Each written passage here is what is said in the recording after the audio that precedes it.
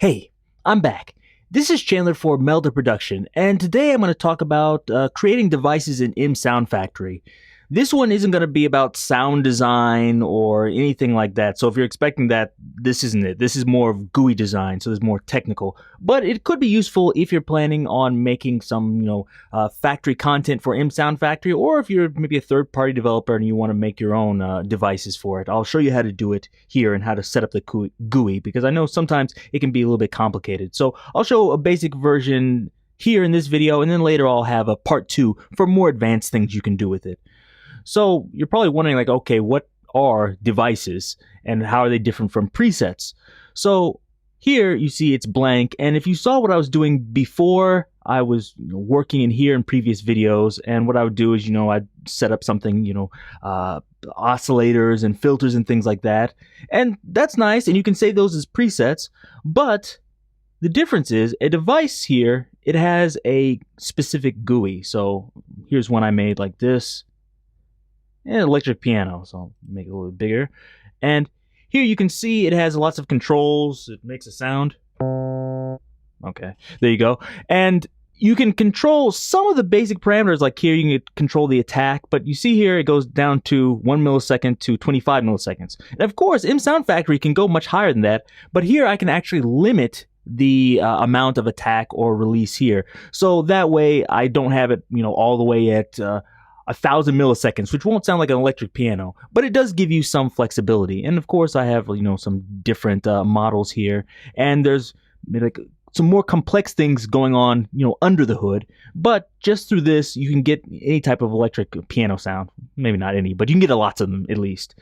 And also here it has effects you can turn on or off. You can add some modulation or reverb. You can turn those on and off. And also it has global controls where you can adjust the velocity response or pitch bend range, max voices, etc.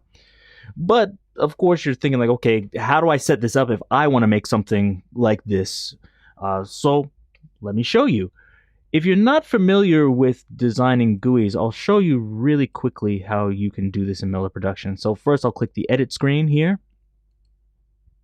and I'll just go here and let's say I add an oscillator, right? So I have my oscillator. I can see everything here. And let's say I want a knob on the other screen that will change the shape.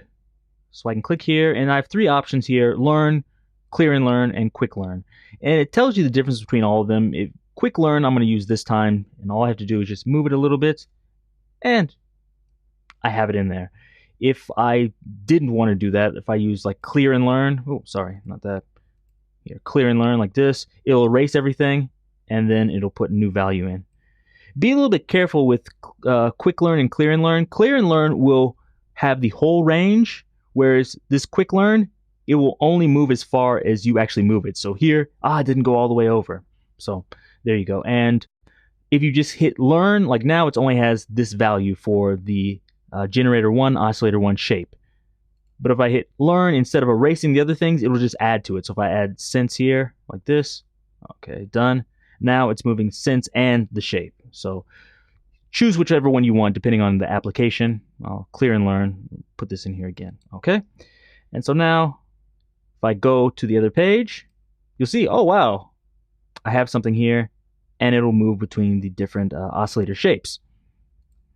That's good, but you think, I don't really like that. I don't want it to be a knob. You can go into here, and not only can you change the name or the grouping, which I'll talk about later, you can change the color. So if I wanted to, let's say, make this purple, a purplish blue outline, I could do that. And then if I say, let's say I don't want that knob. If I change it to button, it'll look more like a kind of like a slider. So look here, see it has a purple color and it will slide. Not particularly like that either. So let's try something else. You see you have different types of buttons. Let's try actual slider. This is just a different type of slider here. And you can see it, but here it's like, I can't see that too well there. So I probably don't want to use that. Probably not appropriate for this type of thing. Checkbox. Let's see if this will work with these settings. Here we go. See, it's not working. What's wrong? And the problem with this is you need to change this behavior. So with normal, the checkbox isn't going to work. But if I change it to, let's say, switch, Now it'll switch between two parameters, which will be the lowest parameter and the upper parameter. So here you should have like on and off behavior. I probably wouldn't want to do that with this, but you could. And the last one I could do is banks, which is probably what I want to use. So let's say I have something like this, and I want to switch it between three values, like sine, square, and saw. So type sine in here. I'll type square in here. And I'll type saw here. Okay, so now I have these three here, but you're thinking, okay, if I move it, you see it's not changing correctly. They're all on this strange shape, and I don't want that. So what I want to do is first right click here, and I'll change this to sine for the first one. Now back here where it says sine, I'm going to click this icon that looks like a little save disk. Now you see, oh, it changed. Now I'm going to do the same thing again, but I'm going to change it to square, or rectangle in this case. Click the save here, change it to rectangle. Now one more time with saw. Saw, and here. Now it's saw. So, well, it's a little bit better. And let's see what we can do. Checkbox, is this going to work with this? Nah, doesn't work. That's not the right one. But what we can do is change it to another one, like switcher. Now, let's see what this looks like. Oh, wow. So this, I can either right and left click here like this, or I can just click in the middle and it'll have a drop down. Or another way I could do it is, let's look at one more, and that is selector. And that'll display like this. So I have all three values I can just click on and switch between. So choose whichever one of those is correct for the type of parameter you're trying to switch between. So I'll give you lots of different ways to do things. But before I get started, you're probably thinking, okay, like this is the device, but what else should I do? And the kind of rules or documents are here. So not here, but if you look on the MSoundFactory page and look down here, it says, please check this document. If you consider yourself a talented sound designer and you'd like to contribute by creating instruments for MSoundFactory, click this. So you click it, and it has lots of information and guidelines about how to create the MSoundFactory devices and what you'll need to do, etc. So one of the things you need to do is actually use this type of a device screen. And to do that, you need the template. And that's because there's some things that if you just leave it blank, you won't be able to do. So like here, imagine if this edit button wasn't there. So in the future, there will be a version of MSoundFactory with no edit button. So from here, I can't change the volume. I can't change the pitch bend range. There's lots of things I can't do. So what I want to do is just start with a template that has all that stuff mapped out for me so I don't have to do it myself. And so just go into here. It has sound design templates, main template, like this. Double click it. It's going to load up.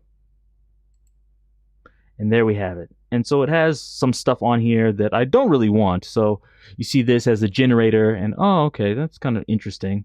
Has effects here. Has too many, in my opinion. And globals. And globals, this is where you have the velocity response, pitch bend range, tuning, all that other stuff that you need. And so what you can do in here, if you think, I don't like this, I don't want all this stuff, go into edit. And first thing I would probably do is go to the generator, just remove this. Right click and delete it. Or another thing you can do, you see this little, I don't know, like 9 blocks here. Click that, and I just hit default, like that. It's gone. It'll erase everything for you. And I could do the same thing with effects, but I probably don't want to erase all the effects, but I do want to erase some of them. So you're thinking, do I have to go in here and right click them? Or what if I don't want to go in here and change it to default and erase everything? You probably don't want to do. You want to keep some, but not all of them. So go down to where you see some of the different things that you want to erase, and you can right click it. Or you can just go to the first one if you want. And you see this, it says manager. Click manager, and now you see these are all the parameters. And I think, generator, glide, don't want that, don't want that, don't want that. All of these I just want to get rid of. So hit shift, hit the first one here, make sure that's selected, hit the next one when I'm shift clicking, all of them are highlighted, and just hit reset. Now all of them have been deleted. Easy. I can just go into here and oh wow, that whole tab for the generator is gone. And I can do the same thing for these. So let's say I just want the delay, reverb, EQ, compressor, and enhancer. So I'm just going to do the same thing here. I'll go into the manager for one of these and just start here. Don't like this. Effects auto pan and get rid of all of these into the reverb. The reverb is the last one I want. Oh, delay is the last one I want. Sorry. I'll go in here and then just reset. Gone. I check, and this is the clean template that I want. So from here, we can start with our preset or whatever we want. Actually, I'll turn these off first. And I actually recommend if you change these templates, save them so you have your own, because I've changed a few of these and I was like, I want the compressor for this and I want the reverb and the EQ, but the other stuff I don't want. And that way I don't have to go through and erase things and redo things every time. I have like kind of my own basic set of templates that I can start from. But let me show you how you can start if you want to make something.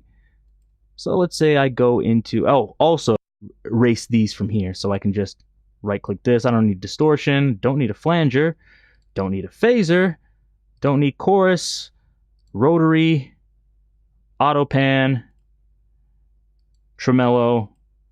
The rest of the stuff, that's cool. So I'll leave those. But I'm going to go in the generator. There's nothing here. So let's say we try to make just a very simple synth, one oscillator, one filter. Nothing, complicated. So just click here, load an oscillator up. We have that. And one of the things I might want to do with that is, let's say I want to control the shape. So I'll go into here and I'll do quick learn, shape. I can do exactly like I did before here. Open this up where it says shape and I'm going to click on banks and let's just do the three we did before, like sine, square, and saw. And from here, it's already on sine, so I'll just click there, set to sine, rectangle, square, and last one, saw. So that's pretty good. And I think, okay, what else might I want to put in here, like other controls? Let's say unison control. So I have the unison here. Let's say control the number of voices. No problem. Okay. And maybe let's say one more control. Let's say the volume perhaps. Quick learn, volume. Okay. And if we look at these now, it's probably not going to look too good. Like, oh no, this is terrible. The tabs are down here. This is a mess, etc. So let's try to fix this. So first I think, okay, all these have to do with the oscillator. So what I can do is first go into here, click manager, highlight these by choosing the first one, and then shift clicking. Then it says set group, and let's just name this OSC.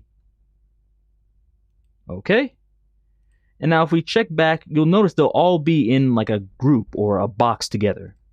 That's good. But next problem is they're kind of out of order and they're on top of each other. I want them in one row. So what I can do from here is first I'll go back to the manager and rearrange this because I want the volume first. Okay, that's just my personal preference, but you can do it however you want.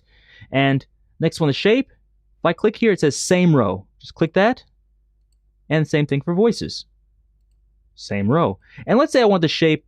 I have it already in the banks, but let's go back to that. Do I want a switcher? I can use a switcher or selector. Let's try switcher. Okay.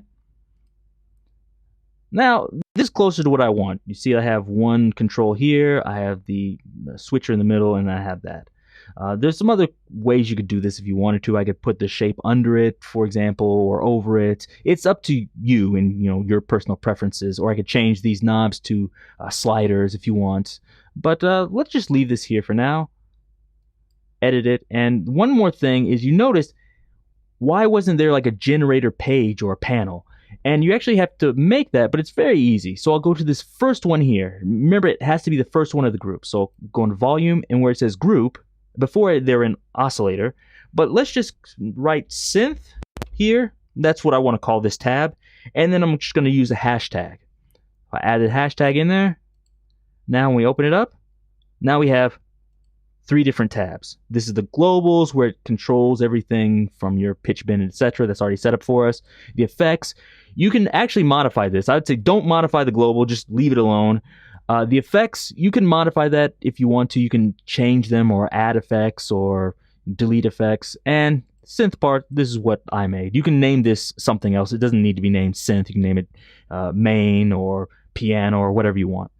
So now we have these different tabs, and like, okay, this is good. Everything should be working. If I play this, it should play a saw with 4 voices.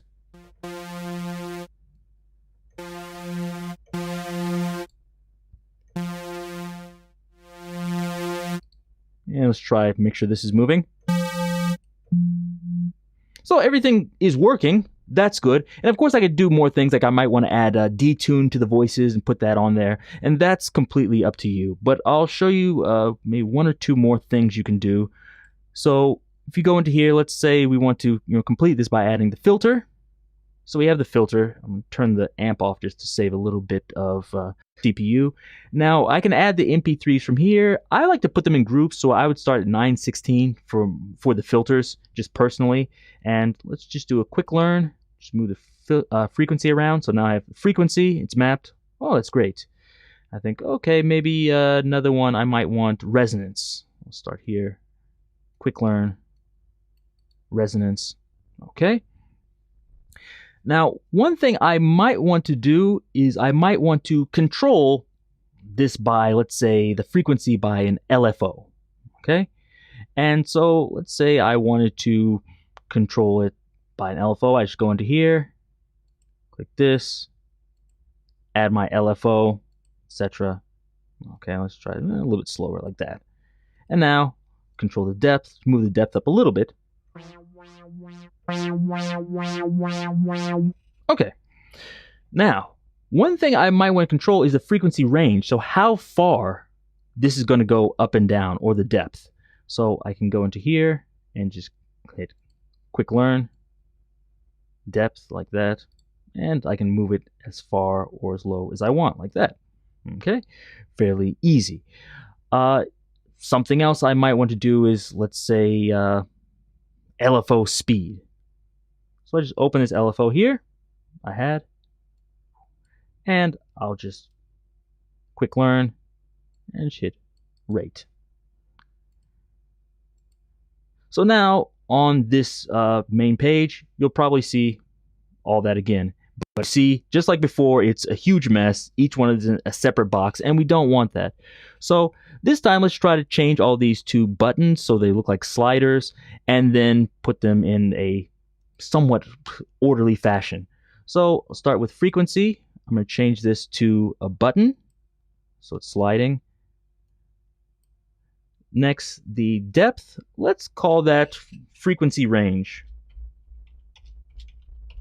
Just renamed it and changed this to a button. Now remember, we want it in the same row, so I'm going to click here for the same row. Let's say I want the resonance in a different row, so I'm going to leave that alone. Just change it to a button. And then the rate, I'm just going to say LFO rate. And I'll add it as a button and put it in the same row. But now if I do this, you'll notice they're still not together in the same group. So they're all in separate groups. So to put them in a group, just like before, go into here as manager and shift click, highlight all of them, set group, and let's just call it filter. So now they're all in the same group, and I can control this Okay.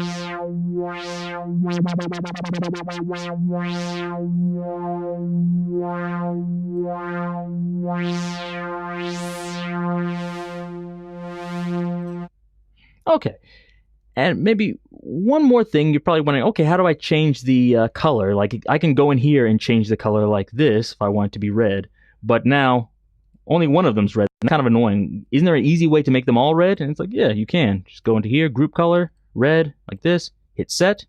Now they all turn red. Ta-da. There you go. So that's a very easy way to get everything together and working. Now, let's say I want to save this. What I would do from here is use this at the top. Be careful. Don't use this one here near the title. Don't use that. Use this up at the top. Okay? And just put it wherever you want. Let me put it someplace in here, I guess. I'll name this like video thing. Great name. And I'll just save that, and now I can use this later. Now, this now is still not a device, because if you look here where it says devices, I can't access it from there. And you're wondering, okay, well, how do I put it in there? If you go into the edit screen, you'll see this, which says save device. And if I click here, you'll see, oh, okay, here are the devices that are saved, and I can put it someplace in here. So you think, okay, I should just save it like this. And I would warn you, don't save it as a device until you're really ready. The reason is there's a few things that can go wrong. So one, here where it says editable, if that's not on, you're not going to be able to edit it again. So if you think, I saved it as a device, and then I forgot to click this, and then I think later, I want to change it. There's something wrong with the oscillator. You're not going to be able to do it. So it's best to just save it as a normal preset using this up here, not save device. Save this as a normal preset in here until you think it's completely done. Then you can save it as a device.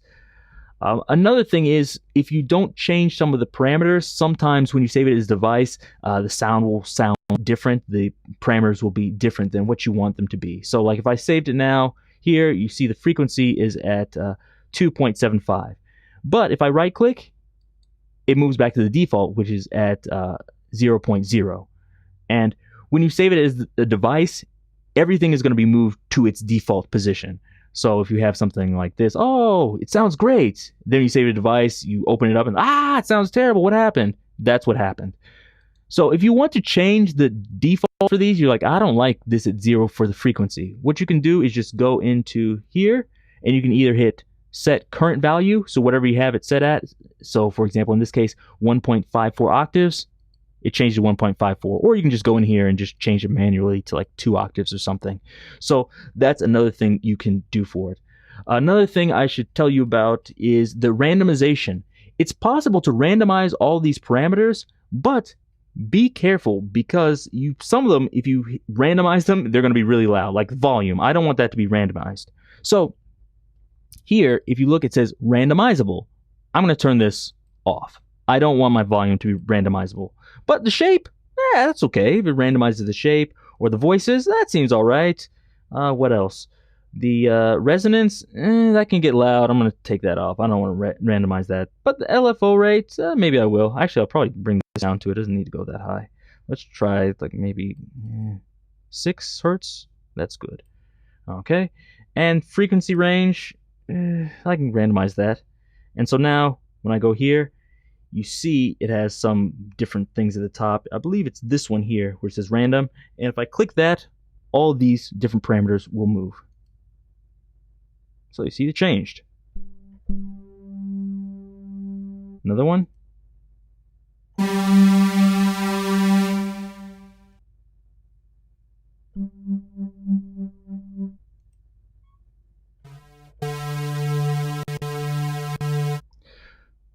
So as you can see, it randomizes all these things, and you have to be careful with it and make sure you're not randomizing things like the volume because you don't want it to blow out your ears or turn the volume off. But other things like maybe the shape, you do want that to be randomized. So just be kind of careful with that. Also be careful if you want the effects to turn on or off automatically. I usually don't, so I make this enable button non-randomizable. If you're wondering, hey, how do you make this enable button? I'll show you.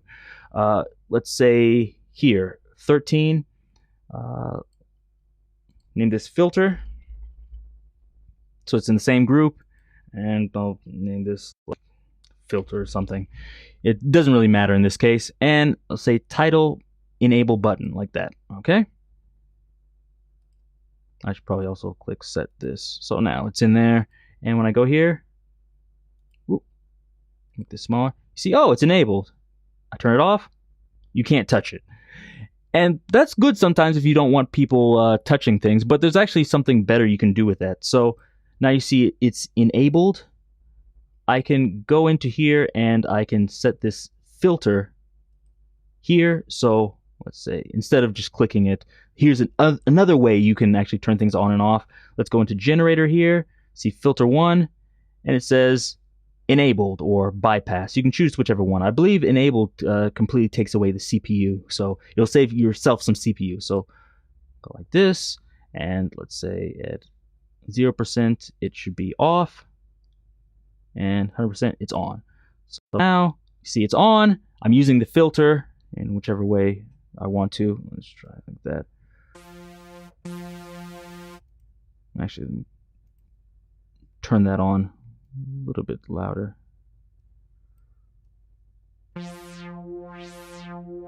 Turn it off. See, filter's gone. So you can save some CPU that way. So that's a easy and quick way to, enable and disable things if you're worried about CPU. But I think that's about everything. Oh, one more thing I should say is the info. So in each of these, you probably noticed there's something that says edit information about multi-parameter. So what you can do is just click on this and just add whatever you want. So like, I'll just put changes, wave, shape. Click OK. Now when I go into edit here, if I click this little question mark, it says changes wave shape. Oh, sorry about that. I should have put something else in there. There's a like HTML code, which is on this Melda page here. It'll tell you how to do it right at the very bottom. So it says if you add name like this and then put it, it'll show it and it'll look nice. So let's just go in there one more time. This, it said character shape.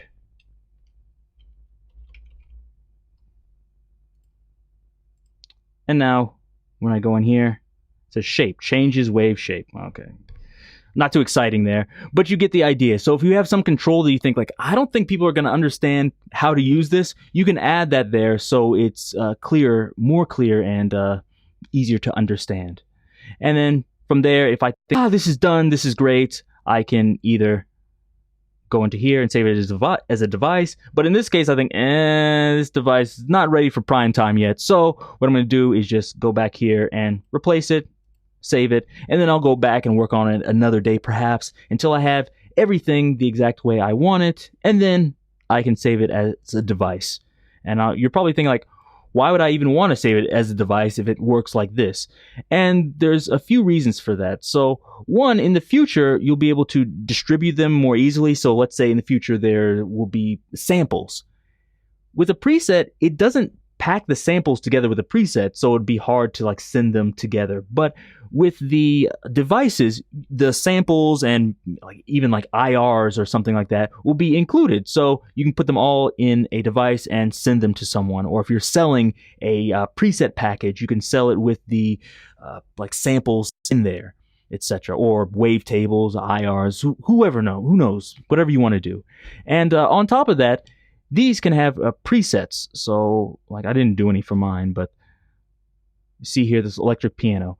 You have the global presets, whereas I put the video thing, but each one of these, the electric piano, has presets, which I haven't made. But you see in here, I can add presets for this. So I could have not only this device, but the device can have different presets and different sounds. So some of the ones in here already have them. So I didn't make this one, but someone did, and they have presets for it. So yeah, this is the default.